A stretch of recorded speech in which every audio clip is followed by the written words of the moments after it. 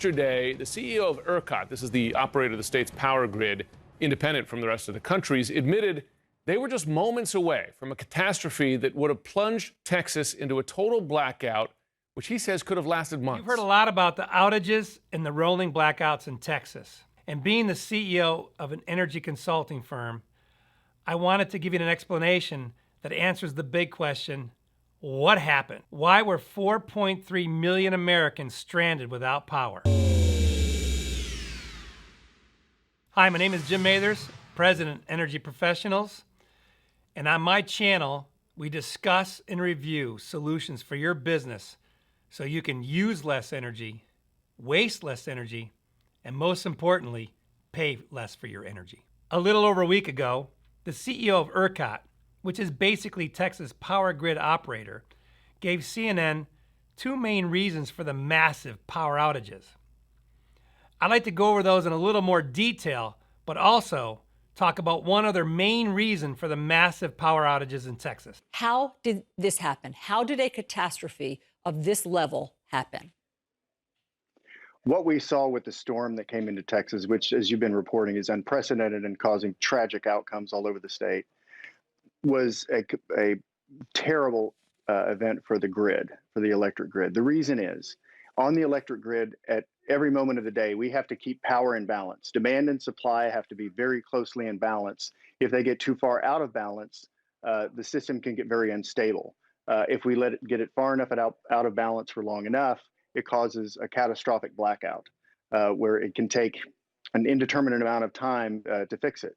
So those are the worst outcomes that grid operators like ERCOT try to prevent. What we saw when the storm came in was the demand on the system spiking to levels we've never seen in the winter season in Texas, and the supply, also because of the storm, having a lot of the generation plants knocked out as the storm blew through the state. So we had the worst kind of combination we could see. Yeah. And we got to a point where we weren't going to be able to serve the demand, and we had to ask for outages that unfortunately had to stay in place for days until we could stabilize the system. Before I jump into it, I wanted to take a look at the power outage situation we have in the U.S. right now, because what is now known as the 2021 Texas Power Crisis was plastered all over the news last week. There are actually power outages occurring every day in the USA. In Florida, where I live, in just this state alone, we experienced over 1,000 power outages affecting 10 million people last year. Look at one hurricane. Now, it's been several years, but Irma caused a huge amount of devastation in our state. Personally, my house was without power for almost a week, and my business was without power for 9 days. This is a devastating toll on the U.S. population. When you lose power, it causes a lot of subsequent problems. Power outages across the U.S. cost between $18 and $33 billion a year. And that's not counting the hardship and toll it puts on families and house owners. Now get this, and this is actually hard to believe. Research reveals that power outages in the United States are higher than in any other developed country. Residents of the upper Midwest, for example, say that customers experience blackouts at an average of 92 minutes every year. In contrast, Japan experiences only 4 minutes of outages every year. So what happened in Texas? I'm going to explain this in 3 simple parts. Number 1, an unparalleled storm hit Texas. Setting the stage for this disaster, Texas experienced record cold temperatures reaching as low as minus 19 degrees Fahrenheit and hit a 3-day stretch of cold that is colder than any in recorded history. In addition, 246 counties in Texas out of 254 experienced snowfall. As the temperatures dropped like a rock, the demand for electricity skyrocketed as people turned on their heaters, which they hadn't been using for a while, all at the same time. At the highest point, Texas demand for power reached an astronomical 69 gigawatts, setting the stage for disaster and overwhelm of the Texas electric grid. If that gets enough out of balance with the demand on the system, then we have to take some demand off the system. And sadly, unfortunately, that's what we had to do Sunday. Texas demand for power would have probably gone even higher except for ERCOT instituted a series of rolling blackouts to take the strain off the grid. Subsequently, the imbalanced supply and demand of power in Texas drove the wholesale market rates from an average of 12 cents per kilowatt hour to $9 per kilowatt hour. We know very well that the demand for energy right now is exceptionally high. We also know that there isn't enough energy in the state to match that demand. So in an emergency meeting, the Public Utility Commission ordered ERCOT to change its energy prices to reflect that demand. You're taking a look at part of this order right now coming up on your screen. It says in part, energy prices should reflect scarcity of the supply. If customer load is being shed, scarcity is at its maximum, and the market price for the energy needed to serve that load should also be at its highest. This is kind of like having a $500 electric bill turn into a $25,000 electric bill. Some people actually got billed even higher than that. Number two, the generation of power in Texas got knocked out. Over 15% of Texas power is generated by wind turbines. And wind turbines can be built to withstand sub-freezing temperatures, but it costs extra money. Now, generally in Texas, the temperatures are mild and they're not near freezing, so this was never even thought of as an alternative. Extreme winter blast has left millions of people without power. This is a look at power outages from across the country. In Texas, more than 4 million customers lost electricity. Other states severely impacted include Louisiana, Arkansas, and Mississippi.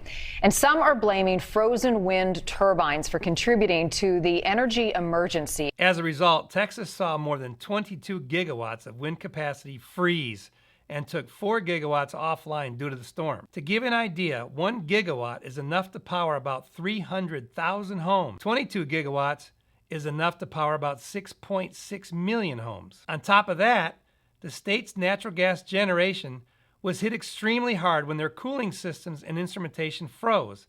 In the most severe moments of the crisis, 26 gigawatts of the state's 34 gigawatts of natural gas generation was just not available. Natural gas generators are often relied upon for the go-to resource when there's an emergency and you have to ramp up quickly. Even the power plants, they're just really not built for these extreme cold temperatures that we've seen. And as a result, all of Texas infrastructure is really under stress, including these energy resources. But primarily, it's been the thermal plants that are at most risk here, and that we've seen most of those outages on the electric system come from primarily natural gas facilities that aren't able to source natural gas. They've had problems with pipes freezing, and they haven't been able to generate electricity and deliver it to customers. Similarly, some nuclear generators were taken offline too, also because of instrumentation that was frozen. All told, by Tuesday, ERCOT was only able to supply a small portion of the demand coming from a freeze-stricken population. And we knew that we may have to implement the rotating outages that ended up coming. And as we saw the supply get lower and the demand get higher on Sunday night, those rotating outages were what we implemented. Yeah. That's what we drill on, and that's what we prepare for. Unfortunately, those have terrible outcomes for people when they have to last a long time. But that's the preparation we did to take that action effectively before we saw a much, much worse outcome. And the third part that was left out is that power was not available from neighboring state grids. Throughout the U.S., most grids are interconnected state to state. So if there's an emergency, one state can borrow power from another state. But in Texas, it's different. Texas has an isolated grid system run by ERCOT. So in the case of an emergency, Texas was not able to borrow from their neighbors' grids. Now, some suggest the electricity supply shortage would not have been this bad if Texas didn't stubbornly hang on to ERCOT. As you noted, Shep, the only electric market in America that is limited to only one state. Every other state has access to other grids. So say power goes down in one area, well, you can buy it from another area or another state. With no outside sources of generation to take some of the load when ERCOT's power supplies were failing, there was only one thing to do to prevent Texas from suffering from a month-long power outage, and that was institute rolling blackouts. This way, one part of the population would have power for a little while, that would go out, and another part of the population would then experience power for a while so they could get warm and turn on the lights for a minute. Then it would roll out of their area and another area would get power and they would lose power.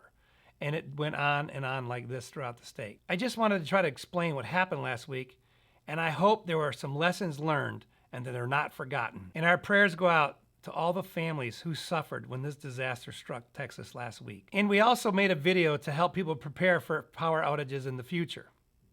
And remember,